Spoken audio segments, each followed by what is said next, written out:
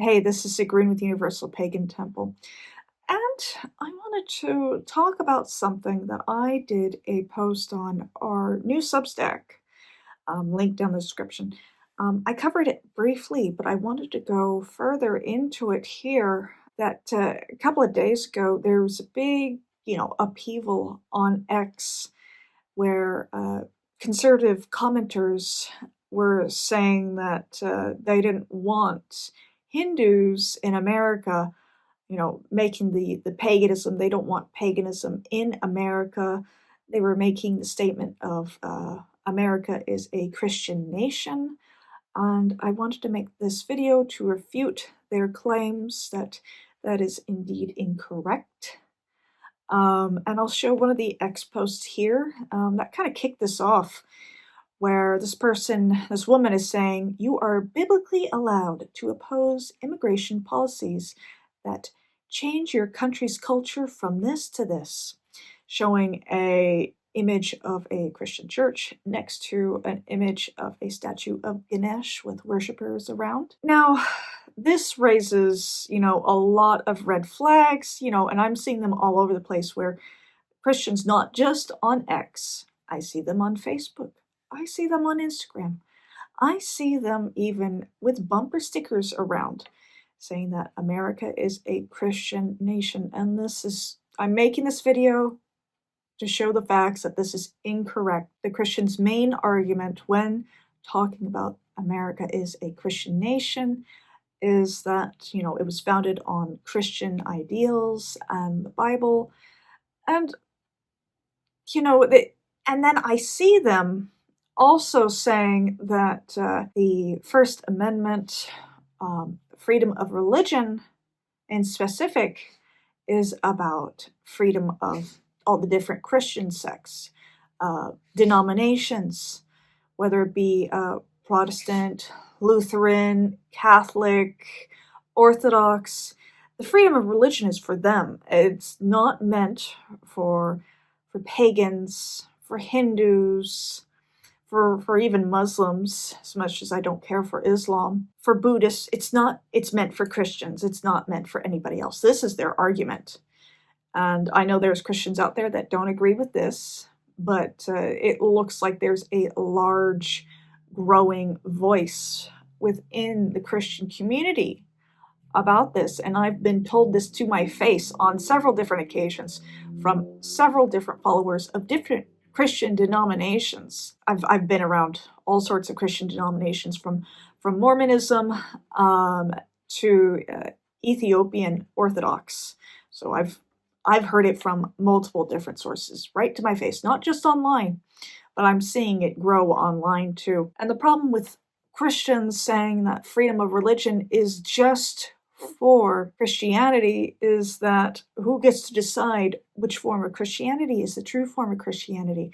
Because they're always infighting about that. Now, to bring up the evidence, we're looking at what the Founding Fathers said, along with several other sources and even architecture. Now, James Madison, the father of the Constitution and the fourth U.S. president, said the purpose of separation of church and state is to keep forever from these shores the ceaseless strife that has soaked the soil of Europe in blood for centuries, meaning the infighting of Christians, whether it's Protestant or Catholic. That was the main cause in Europe at the time. And with the attack on the Mormon Church a couple of weeks ago, we saw the aggression from evangelicals towards Mormons. And, that can't be swept under the rug. It happens. We can look at the U.S. Constitution, and it says only one part mentions really a God of any sort, which is the date, the year of our Lord, which was common in the time, but it does not mention Christianity or God. The First Amendment, Congress shall make no law respecting an establishment of religion or prohibiting the free exercise thereof. No establishment clause. The government cannot promote or endorse any religion.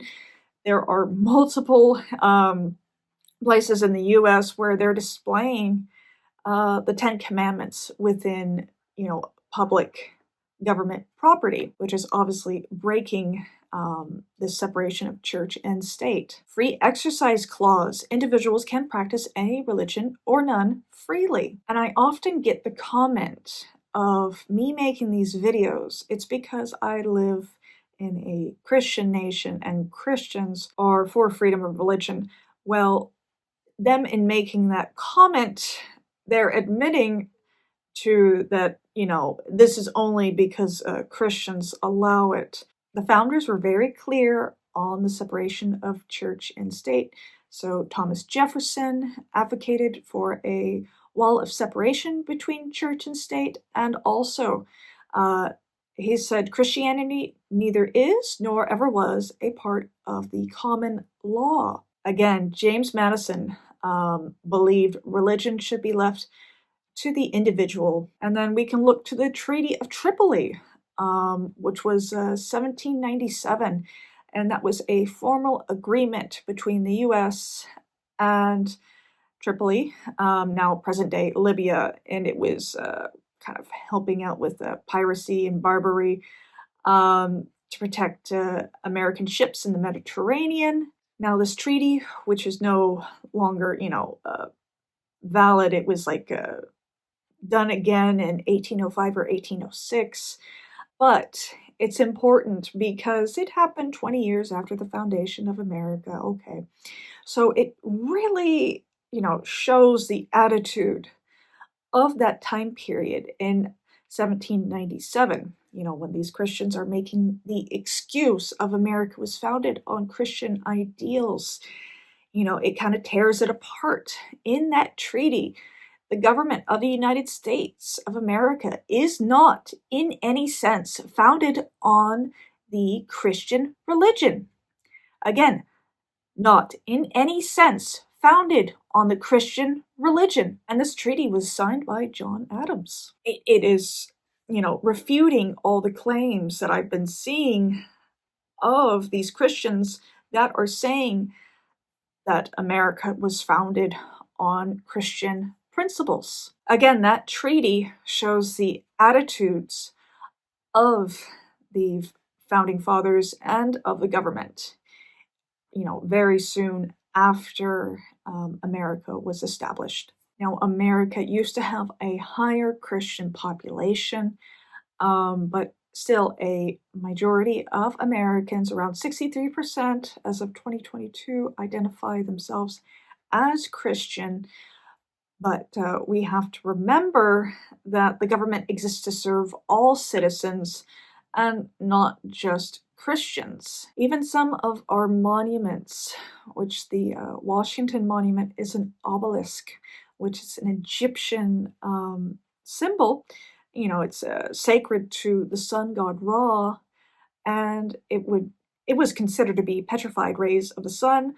Sometimes even a phallic symbol associated with Osiris. There's other statues throughout the nation, especially the Lincoln Memorial really resembles a Greek temple. The architecture really influenced by Roman and Greek pagan times, because of course I know I'm going to get somebody in the comments saying that the Roman Empire became Christian later on, but I'm before that, yes, they were pagan. And, the Republic and democracy in Greece, those are pagan ideals and pagan inventions too, not just ideals. And the founding fathers looked towards these pagan inventions, and they liked what they saw, and they were British subjects to the king at the time. Wasn't working out too good for them, as we all know the story.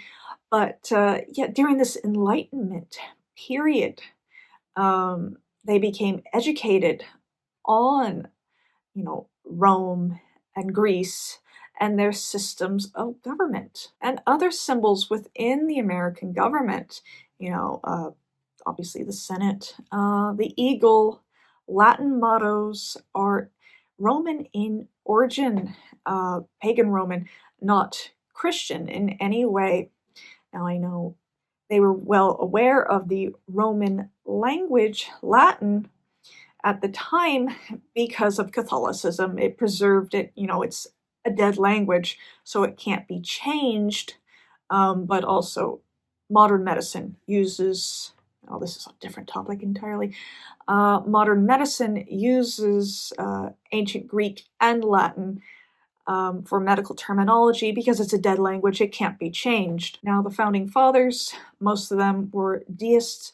They believed in a creator, and for the most part, they rejected organized religion, strong defenders of liberty and opposing, state-sponsored religion. It's just so goofy, this ideal of Christianity, America being a Christian country when so much of it was founded upon paganism.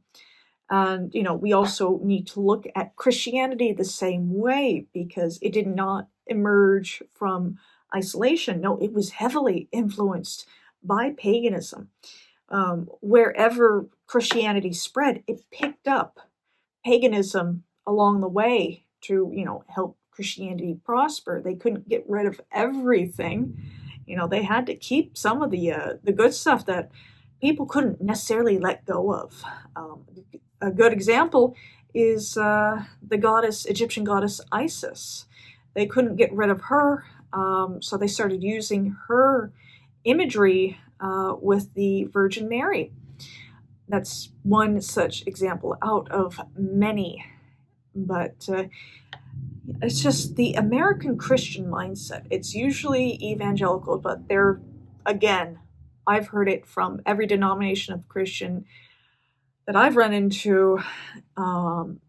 They hold on to this ideal that America is for Christians and non-Christians are just allowed to be here on their good graces until they grow tired of us. It's a really messed up ideal that they have, and living around these type of people, you can really feel the animosity that they have for you. They may not say it outwardly. They may say, nice things to your face. They may say, "Oh, I support, you're one of the good ones." No, deep down inside, you can feel it. Your intuition just goes off. It shoots off, and it tells you, yeah, you're not exactly safe around these people. And the reason why I'm making this video as well is because I am seeing a lot of Christians moving towards wanting America to become a theocracy. As goofy as that sounds, it is a bit of a concern for pagans, because this is not something that's new. This is something that they've wanted for a long, long time. We can't let them have it. Now, if you enjoy my videos, please feel free to like, share, subscribe, leave a comment. And if you really like them, please think about a donation to either our PayPal or Patreon. Thank you so much for watching and listening to my rant. And until next time, blessed be.